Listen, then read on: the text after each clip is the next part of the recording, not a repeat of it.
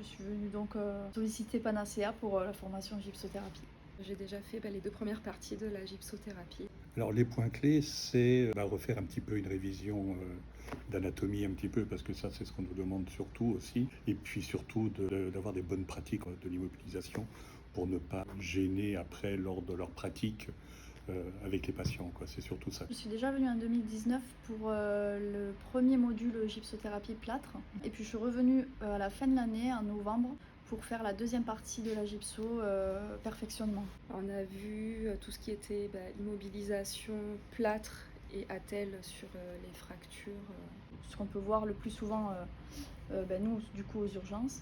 Et la deuxième partie, c'est un peu plus spécifique. On voit des immobilisations un peu plus compliquées qu'on voit moins souvent, mais qui sont quand même intéressantes à connaître. Et on travaille un peu plus avec la résine. Et la troisième partie, donc les strappings.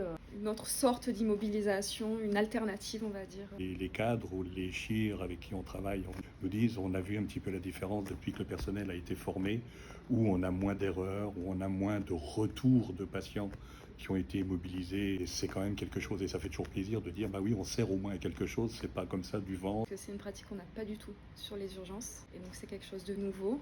Et on se rend compte qu'on met des attelles, des choses comme ça qui ne sont pas forcément adaptées pour nos patients.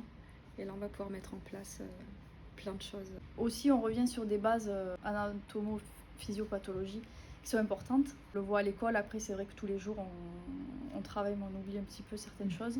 On a fait sur les strappings, elles ne connaissaient absolument pas, et là elles repartent avec oui, mais on va essayer de mettre ça en place, ça sera bien pour les patients. Et le médecin va lui dire, vous avez une côte cassée, mais qu'est-ce qu'on fait? Rien. Si, on va faire un petit strapping, ça va durer 3-4 jours, et ça marche très très bien. Et là, elles ont vu que c'était très efficace et qu'on peut faire quelque chose pour le patient. On a quand même beaucoup de pratiques dans cette formation. Il y a un petit peu de théorie au début, mais il y a beaucoup de pratiques où on fait et on refait les choses. C'est ce qu'on attendait de cette formation. Pour les stagiaires, de se retrouver à exercer quelque chose, ce soit beaucoup plus facile. Et on démystifie un petit peu, on va dire, les immobilisations. C'est toujours, on a le droit de faire, ça fait peur. Et là, on leur montre que ça va tout seul, et puis c'est démystifier l'immobilisation en elle-même, quoi. C'est d'apporter quand même un petit plus et de les rassurer aussi. Tout est parfait. On est très bien accueillis, très bien formés, et tout le monde est très gentil. Je suis satisfaite de cette formation. Je reviendrai avec plaisir.